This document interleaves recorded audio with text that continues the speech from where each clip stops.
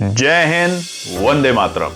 दोस्तों नमस्कार, स्वागत है आपका आपके अपने YouTube channel knowledge and profit में। इस चैनल पर हम आपके साथ शेयर करते हैं इंपॉर्टेंट न्यूज, डेटा और मार्केट से जुड़ी जानकारी जो आती है भारत और ग्लोबल दोनों एंगल से, ताकि आपका समय बचे और जब आप अपनी स्वयं की एनालिसिस तैयार करें तो इन जानकारियों का सही उपयोग कर सकें। हमारा उद्देश्य है आपको एजुकेट और जानकारी से एम्पावर करना, ताकि आप अपने विवेक से निर्णय ले सकें। यहां दी गई सारी जानकारी सिर्फ एजुकेशनल और इंफॉर्मेशनल पर्पस के लिए है।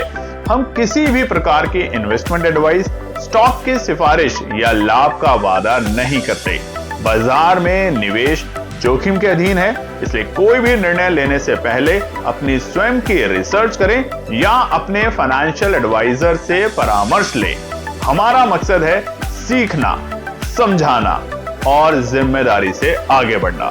अगर आपको हमारे कंटेंट पसंद आते हैं तो हमारे YouTube चैनल को सब्सक्राइब करें और हमारे सोशल मीडिया प्लेटफॉर्म पर भी जुड़ें। जय हिंद दोस्तों।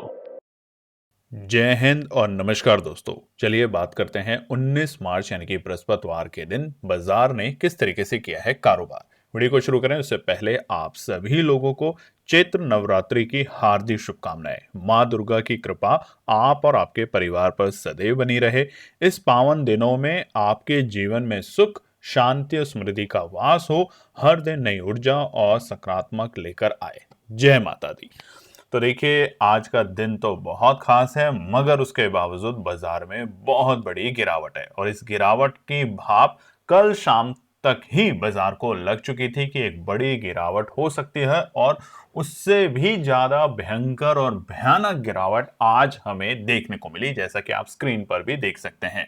19 मार्च को सेंसेक्स 2500 पॉइंट से भी ज्यादा बड़ी गिरावट के साथ बंद हुआ। वहीं पे निफ्टी भी 23,000 के लेवल पर लुढ़कते हुए देखने को मिला। आज के दिन में 12 लाख करोड़ रुपए जो इन्वेस्टर्स हैं, ट्रेडर्स हैं, उनके स्वाहा हो चुके हैं। और इन सबके साथ सबसे बड़ी चीज जो आज हमने देखी HDFC बैंक के अंदर। जी हां, HDFC बैंक में अगर आपने निवेश कर रखा है तो आज आपके लिए वाकई में ही थोड़ा सा डर का माहौल पैदा हुआ होगा आपके माइंड में, क्योंकि HDFC बैंक इकलौता आज 5.5% टूट गया है। और वो क्यों, उसकी खबरें आपको पता ही है कि वहां पर जो CFO है, चेयरमैन है, वहां पे कई वक्त से विवाद चल रहा था, मगर आज उन्होंने उसमें रिजाइन कर दिया और उसके बाद HDFC बैंक अपने 52 वीक लो पर आके गिर चुका है। तो चलिए पहले समझते हैं कुछ डेटा को। आज सबसे पहले बात करें कि आज के निफ्टी के डेटा में तो एडवांस और डिक्लाइन में तो बढ़ते हुए शेयरों की संख्या बहुत कम है, सिर्फ 532, और गिरते हुए शेयरों की संख्या है 2669। तो भारी भरकम गिरावट आज हमें निफ्टी में, बैंक निफ्टी में, सेंसेक्स में, सब जगह देखने को मिली। वहीं पे अगर बात करें ऐसे गिरते हुए बाजार में भी केवल ONGC था जो आज 1.5% की स्ट्रेंथ के साथ काम कर रहा था। मगर वहीं पे अगर गिरावट में बात करें तो आप स्क्रीन पे देखेंगे श्रीराम फाइनेंस 6.5% से ज्यादा की गिरावट, एटर्नल जहां पे कल हमें एक तेजी देखने को मिली थी वहां भारी भरकम गिरावट, HDFC bank, Bajaj finance, M&M, सभी सेक्टरों में आज हमें एक बड़ी गिरावट देखने को मिली। अगर हम सेक्टर स्पेसिफिक बात करें तो चाहे निफ्टी IT हो 3.25% की गिरावट, फार्मा 2.5% की गिरावट, PSU बैंक में 3% के आसपास की, मेटल में 3.25% की गिरावट। ऐसा कोई भी क्षेत्र नहीं था जहां पे आज हमें हरियाली देखने को मिली। और मिड कैप और स्मॉल कैप में तो क्या ही बताएं, लहूलुहान था बाजार। मिड कैप तकरीबन 3.5% की भारी भरकम गिरावट और स्मॉल कैप में भी 3% की भारी भरकम गिरावट देखने को मिली। और इसी का असर आज हमें सोने चांदी के भाव में भी देखने को मिला। सोना 6,000 रुपए लुढ़क कर 1,47,000 पर आ चुका है और चांदी भी 16,000 की बड़ी गिरावट के साथ 2,31,000 पर। और अभी सोने चांदी में जिस तरह का माहौल है वहां पे गिरावट और बढ़ सकती है। बात करें एफआई और डीआई के नंबर पर, तो कल के स्तर में हमने एफआई के बिकवाली के नंबर तो देखे थे मगर बहुत कम देखे थे। मगर जैसे ही खबर आई रात में भारतीय बाजार बंद होने के बाद, रशिया, ईरान और यूएस की जो चल रही है इस वक्त लड़ाई दंगे, उसको लेके कच्चे तेल में जो उबाल देखने को मिला अचानक से, उधर वहीं पर जो फेड की रेट कट जो था, एक्सपेक्टेड था कि रेट कट नहीं होगा, मगर इन्फ्लेशन का जो डर पैदा हुआ, उन तमाम चीजों को लेके दुनिया के बाजारों में फिर से संकट खड़ा हो चुका है। और इसी के कारण आज भारतीय बाजार दोबारा से जो एक तेजी दिखाने की कोशिश कर रहे थे सोमवार से, वहां के लोस पर लुढ़क गए।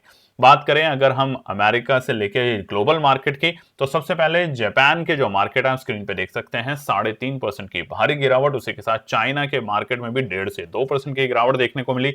साथ ही में हांगकांग के बाजारों में भी 2-2% की गिरावट। और इस वक्त जो यूरोप के बाजार है आप देखेंगे वो भी भारी भरकम गिरावट के साथ काम कर रहे हैं। इंग्लैंड के बाजार 2%, उसी के साथ जर्मनी और यूरोप के बाजारों में भी 2 से 2.5% की गिरावट हमें देखने को मिल रही है। और इन सब के पीछे का जो बड़ा कारण है वो है कच्चा तेल। जी हाँ, जो अब आप स्क्रीन पे देख रहे हैं, क्रूड ऑयल में यहाँ पर हमें तेजी देखने को मिली। एक वक्त था आज सुबह जब वो 100 को पार कर चुका था और ब्रेंट तकरीबन 6.5% की इस वक्त तेजी के साथ काम कर रहे हैं। क्लोजिंग क्या होगी वो देखेंगे, मगर लगातार जो उबाल है कच्चे तेल में, उसका असर जो है वो अब ना केवल भारतीय बाजार बल्कि दुनिया के बाजारों पे देखने को मिल रहा है। इन्फ्लेशन का डर है, एआई की वजह से जो जॉब्स हैं वो पहले से इनसिक्योर है, तो बहुत सारी यहाँ पे गड़बड़े हो रही हैं। और इन सब के साथ हमारा रुपया फिर से लाइव फ्लो के लेवल पे आज दोबारा से पहुंचा 93 रुपए 40 पैसे, 93.40। आप देखेंगे 2 दिन के अंदर ही रुपए ने 92.50 को पार करके ऑलमोस्ट वहां से 90 पैसे की छलांग लगाई है। तो लगातार गिरावट है और इसी का असर हमें देखने को मिल रहा है भारतीय बाजारों पे। तो फिलहाल के लिए सतर्क रहें और बाजार से दूर रहने की कोशिश करें।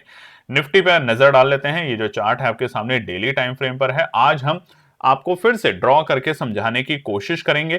तो देखिए बाजार ने करा क्या। बाजार ने अपना आज जैसे ही ओपनिंग मिली, अगर आप देखेंगे जो कल के हमारी क्लोजिंग थी वहां से एक भयंकर गिरावट के साथ बाजार गिरा।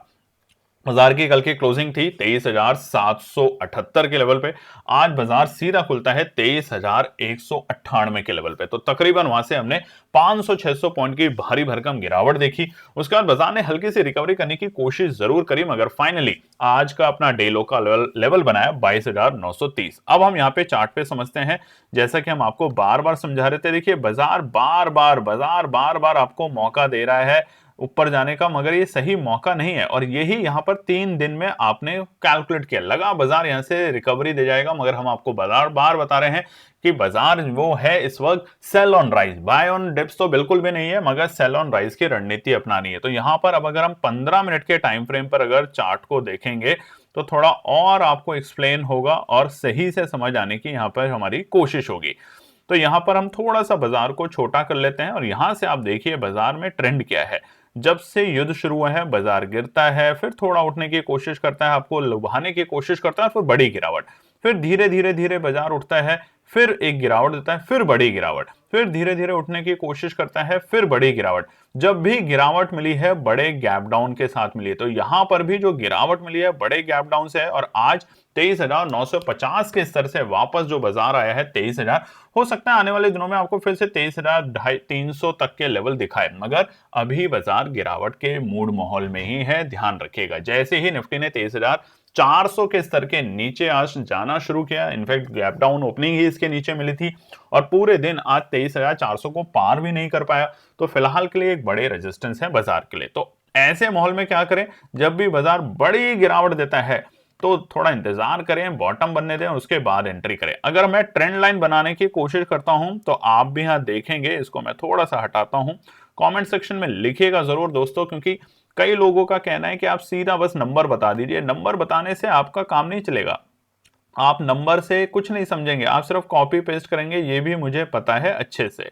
तो नंबरों से अच्छा है आप उसको ड्रॉ करना सीखें, जाने कि बाजार कैसे काम करता है। ये देखिए इस तरीके से आप ट्रेंड को बनाने की कोशिश करें। इस तरीके से अगर हम बात करें तो यहां पर अभी निफ्टी हमें थोड़ा और नीचे लुढ़कते हुए देखने को मिल सकते हैं, यानी कि 22,000 तक के भी स्तर दिखा सकता है आने वाले दिनों में यहां पर। ठीक है, अब वापस से हम डेली टाइम फ्रेम पे जाते हैं। क्यों है इंपॉर्टेंट, देखिए आज की वीडियो में रेजिस्टेंस सपोर्ट के ऊपर ज्यादा फोकस मत कीजिए, आज की वीडियो में फोकस कीजिए कि बाजार का माहौल क्या लग रहा है, किस तरीके से बाजार जाने की कोशिश करेगा। तो ये जो स्तर है, ये देखिए, ये जो गैप था, हमने आपको पहले भी बताया था, ये जो गैप है बाजार इसको फिल करने की कोशिश करेगा। और वो जो गैप है ये क्या था हमारा, 22,950 के लेवल। देखिए बाजार ने इसको 2 बार फिल करा है इस पूरे हफ्ते के अंदर, सोमवार को बीते हफ्ते यानी इसी हफ्ते, और फिर आज बृहस्पतिवार के दिन। उसके बाद बाजार के लिए ये एक गैप है, बाजार इस गैप को भी फिल करने की कोशिश करेगा। उसके बाद बाजार ये जो चीजें हैं यहां तक टेस्ट कर सकता है, यानी कि 22,000। अब अगर हम इस ट्रेंड लाइन को ड्रॉ करते हैं तो एग्जैक्टली 22,000 तक बाजार लुढ़क सकता है निफ्टी और नीचे के स्तर पे, क्योंकि कहीं भी युद्ध को लेके कोई फिलहाल के लिए कोई खबर या कोई ऐसी पॉजिटिव बात नहीं है। ईरान को यूएस ने हल्के में लिया था, सोचा था वो देश पे अटैक करेगा, 4-5-10 दिन में युद्ध खत्म हो जाएगा, मगर ऐसा नहीं हो रहा। अमेरिका जैसे ताकतवर देश के साथ अगर ईरान लड़ रहा है, वो भी अकेला, और अब अमेरिका के साथ आपको पता है बाकी देश भी मिडिल ईस्ट के मिलके एक तरीके से ईरान के खिलाफ ही हैं, उनको अपना बेस, एयर बेस वगैरह यूज करने दे रहे हैं अमेरिका को, तो इसकी वजह से असर बाजार पे थोड़ा बड़ा और गहरा देखने को मिल सकता है। वहीं पे निफ्टी बैंक की बात करें तो अगर हम बात करते हैं डेली टाइम फ्रेम पे, तो यहां पर भी ये जो लोज थे हमारे पहले के जो लोज थे जहां से बाजार ने रिकवरी की थी, जो कि बाजार के लिए मल्टीपल सपोर्ट का काम कर रहा था, बाजार ऑलमोस्ट उस सपोर्ट के नीचे चला गया है, यानी कि 53,450 के लेवल पे जाके। पहले जो ये सपोर्ट थी ये थी हमारी 53,650 तक के लेवल पे बाजार आता था और वापस रिकवरी कर रहा था, मगर सोमवार के जो लोज थे बाजार ने उस 3 दिन की तेजी को आज एक दिन में दुहा स्वाहा कर दिया है। तो फिलहाल के लिए अब बाजार में ये जो गैप है बाजार के लिए इंपॉर्टेंट रहेगा। बाजार अब 51,000 तक के लेवल, 52,000 तक के स्तर दिखा सकती है, यानी कि 1,500 पॉइंट का भी यहाँ पे और हमें एक फॉल मिल सकता है। उसके बाद यहाँ पर एक सपोर्ट बनता है बाजार में, और उसके बाद सीधा 50,000 तक के स्तर भी दिखा सकते हैं। हालांकि निफ्टी बैंक में जो आज गिरावट आई है वो एचडीएफसी बैंक के बड़ी गिरावट की वजह से भी हम कह सकते हैं। अगर बैंकिंग क्षेत्र पर नजर डालें तो आईसीआईसी बैंक में 3% की गिरावट है, यस बैंक में भी ऑलमोस्ट 3% की गिरावट है, जेएनके में 4% की है। तो क्या बैंकिंग क्षेत्र टूटने वाला है, क्रैश होने वाला है? ये बहुत सारी अटकलें हैं, मगर फिलहाल ऐसी अटकलों पे ना जाएं। अगर हो सकता है फ्रेश निवेश करना हो तो थोड़ा अवॉइड करें। फ्रेश निवेश कब करें? जब बाजार में इस तरह की बातें आ जाएं स्पष्ट तौर पे कि युद्ध रुक गया है, तब तक अवॉइड करें बाजार को, दूर रहें बाजार से। यही हमारा आपसे बार बार एक कहने का तात्पर्य है। अब देखिए ये सपोर्ट भी बाजार ने ब्रेक कर दिया। अब हो सकता है कल शुक्रवार है बाजार फिर से तेजी में आ जाए, शाम होते होते आपको कच्चे तेल में फिर से राहत मिले। मगर जो रिपोर्ट आ रही है, एक्सपर्ट्स की जो रिपोर्ट है, देखिए हम कोई एक्सपर्ट नहीं है यहाँ पे, जो भी हम बताते हैं वो अपनी एनालिसिस और अपनी सूझबूझ से बताते हैं। हम भी गलत हो सकते हैं और हम चाहते हैं हम गलत हो, ताकि रोज पढ़ना है, मार्केट हो या कोई भी काम हो, रोज पढ़ेंगे तभी आगे बढ़ेंगे, तभी एक्सपर्ट बनेंगे किसी भी काम में। और यही जीवन है, जीवन में हर पल पे आपको ठोकरें लगती हैं। अब आपकी मर्जी है उस ठोकर से आप नई चीज सीखें। अगर आप बाजार को एग्जिट करना चाहते हैं, बिल्कुल हम आपके साथ हैं, बाजार में कुछ नहीं रखा, आप छोड़ दीजिए, मगर किसी के भी काम को गलत मत बोलिए, बस ये एक रिक्वेस्ट है आपसे। अब सेंसेक्स पे नजर डालें तो यहां भी गिरावट गंभीर है। डेली टाइम फ्रेम पर देखें तो हमने ये जो गैप थे बाजार के, इस गैप को फिल किया पहले, तो इस गैप से बाजार ने रिकवरी लेने की कोशिश करी इस हफ्ते।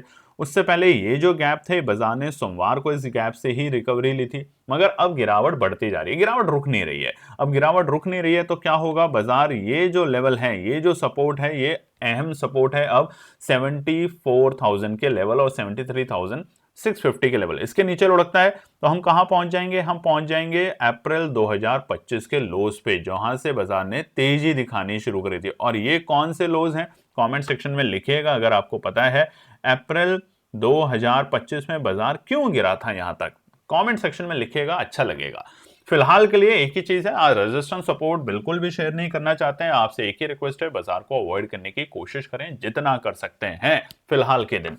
जब युद्ध रुकेगा, जब चीजें बेहतर होंगी, तब आपको ये जो मूव है, जो बाजार इस तरीके से फ्री फॉल गिर रहा है, ये आपको सिर्फ एक महीने में इतना बढ़ते हुए देखने को मिलेगा, यानी कि तकरीबन 10,000 पॉइंट तक सेंसेक्स एक महीने में बढ़ने की कोशिश कर सकता है। तो इसलिए अवॉइड करें, उन दिनों में पढ़ें, चीजों को जानें, पेपर ट्रेड करें, धीरे धीरे अपने जो आपकी एक्सपर्टाइज है उसको और बेहतर करने की कोशिश करें। चलिए दोस्तों, आज छोटी वीडियो रखते हैं, फिर मिलेंगे आपके साथ, मगर नवरात्रों की बहुत बहुत शुभकामनाएं। जय माता दी। तो दोस्तों आज के लिए बस इतना ही। उम्मीद है कि यह विश्लेषण आपको मार्केट को समझने और बेहतर रणनीति बनाने में मदद करेगा।